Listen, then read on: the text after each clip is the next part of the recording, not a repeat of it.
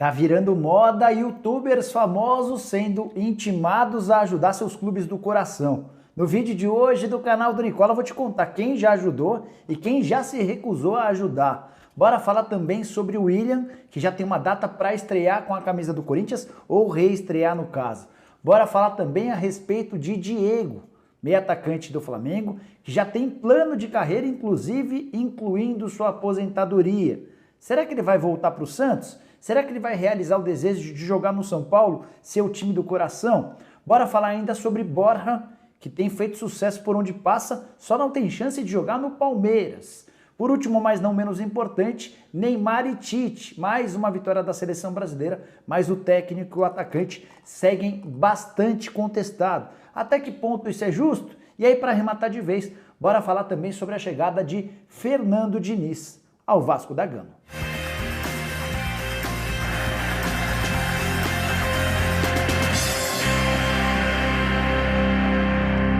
Fala aí pessoal, sou o Jorge Nicola, bem-vindos a mais um vídeo do canal. Ótima sexta-feira para todos vocês. Antes de passar as informações, só pedir para deixarem like, importante. Se inscrevam também no canal do Nicola apertando esse botãozinho vermelho de inscreva-se. Outro lembrete, o programa do Nicola dessa sexta-feira começa às 1h30 da tarde, então já põe no seu celular para despertar assim você não perde a hora, beleza? Bom, bora começar o vídeo contando que ele é um oferecimento de Betano, a patrocinadora master do Fluminense e do Atlético Mineiro.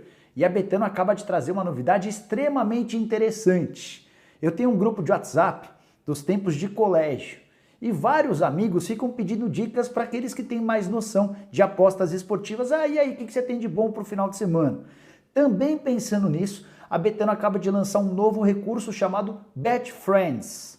Como é que funciona o Bet Friends? Você entra no site da Betano e convida seus amigos a participarem de um histórico de apostas. É bem bacana e eu vou te contar as principais opções a partir do Bet Friends. Você pode construir sua própria comunidade, verificar as apostas dos amigos e copiar aquelas que você acha mais interessantes, receber notificações sobre todas as atividades de apostas dos seus amigos. Você deve estar se perguntando como é que faz, certo? Você vai entrar no site da Betano, vai clicar em conta e depois vai procurar por Bet Friends.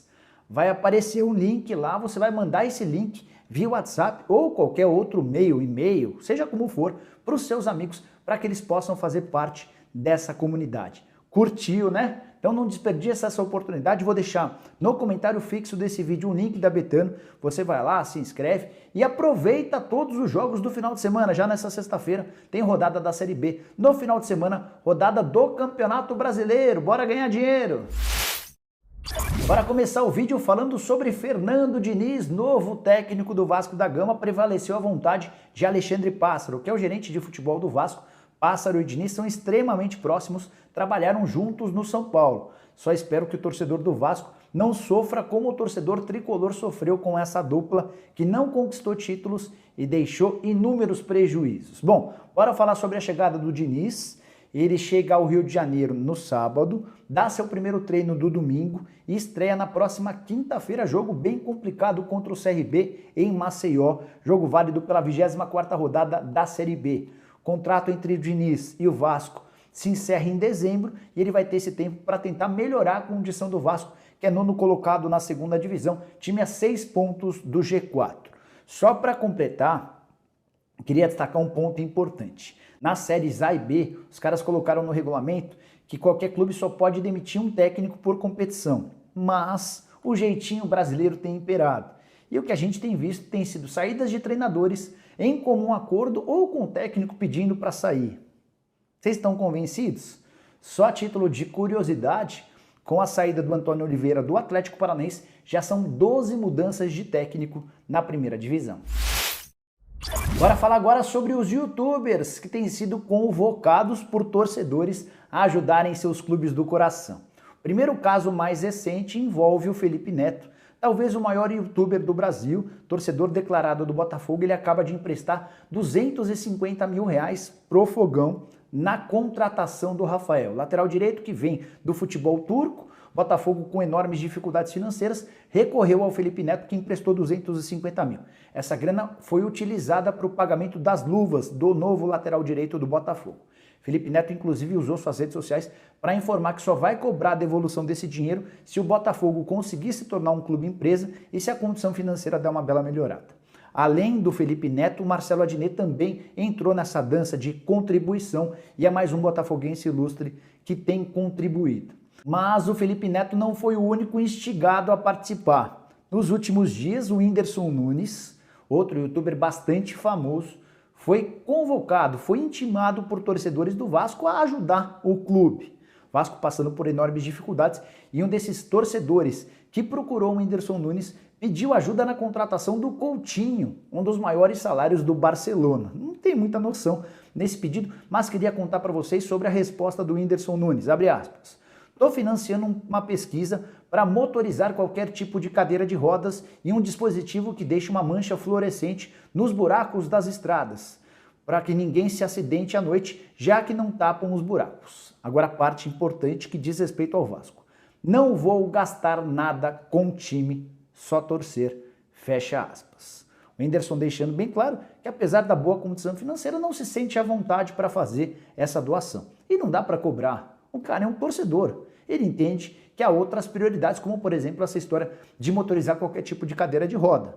O torcedor vascaíno não gostou da resposta, tem cobrado uma ajuda mais efetiva do Whindersson Nunes. Outro que também foi perguntado sobre o assunto é o Casimiro, que faz muito sucesso nas lives da madrugada, o cara que se comunica muito bem, torcedor declarado do Vasco. Perguntaram se ele não pode ajudar, ele disse que ainda não tem condição. É um dos sonhos da vida dele poder contribuir com o Vasco, mas não nesse momento. Queria saber qual youtuber famoso do seu time do coração. Eu tô bem longe de estar na condição desses youtubers que eu citei, tô começando agora. Quem sabe um dia, um pouquinho mais pra frente, possa dar alguma contribuição para minha portuguesa.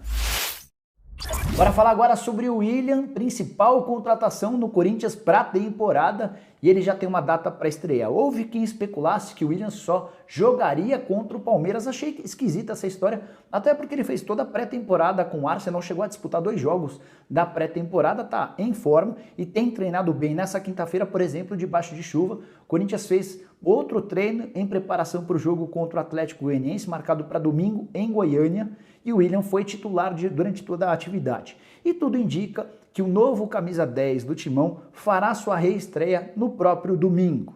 Como é que deve ficar o Corinthians para essa partida? Cássio no gol, Fagner, João Vitor, Raul Gustavo, que entra no lugar do suspenso Gil, e Fábio Santos na esquerda. Meio campo com Gabriel, Juliano, Renato Augusto e William. Na frente, Roger Guedes e Jô.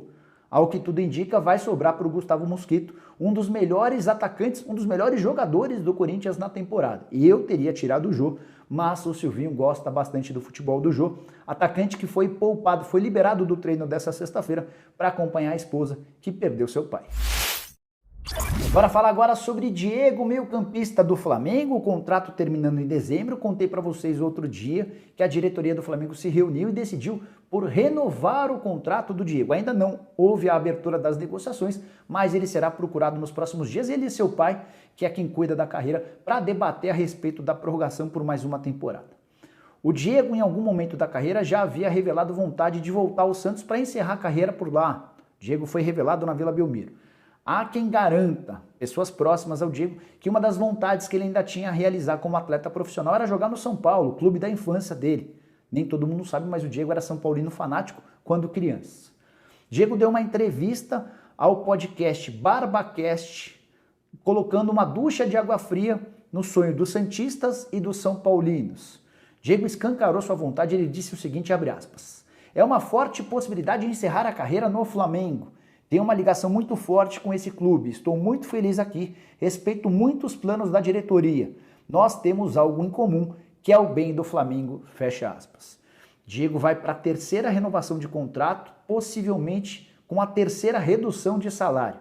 Ele ganhava 700 mil por mês, na penúltima renovação teve seu contrato reduzido para 600 mil. Na renovação para o contrato desse ano, saiu de 600 mil para 500 mil. Embora tenha sido titular durante a maior parte da temporada, a tendência é que o Diego termine 2021 possivelmente na condição de reserva. Thiago Maia tem pedido passagem e o Andrés Pereira deve informar, Thiago Maia e Andrés Pereira, na minha opinião, devem informar o meio-campo titular do Flamengo. E é natural que o Flamengo ofereça para o jogador de 36 anos de idade uma redução ainda maior para a próxima temporada. O Diego já deixou bem claro que não está muito preocupado com a questão financeira e que seu sonho é encerrar a carreira no rubro-negro. Bora falar agora sobre Borja e a incrível história de intolerância do Palmeiras para com o atacante colombiano. Ele tem dado certo por onde passa. No Júnior Barranquilla foi ídolo e artilheiro. Voltou ao Palmeiras, foi registrado no BID, nem teve oportunidade e já foi emprestado para o Grêmio, onde tem sido titular e deixado boa impressão. Nessa quinta-feira, em jogo das eliminatórias para a Copa, vitória da Colômbia por 3-1 contra o Chile, jogo importantíssimo em Barranquilla. Sabe quem marcou 2 dos 3 gols? O Borja, que jogou muita bola, dominou as ações, foi o principal jogador em campo. Ele ainda deu um passe claríssimo para gol do Borré. O Borré desperdiçou a chance mais incrível. Logo o Borré, de quem eu falei tanto durante todo o início da temporada. Ele cara a cara, ele não tinha nem goleiro, era ele o gol, ele chutou a bola na trave, a bola ainda volta e ele consegue colocar a bola para a linha de fundo.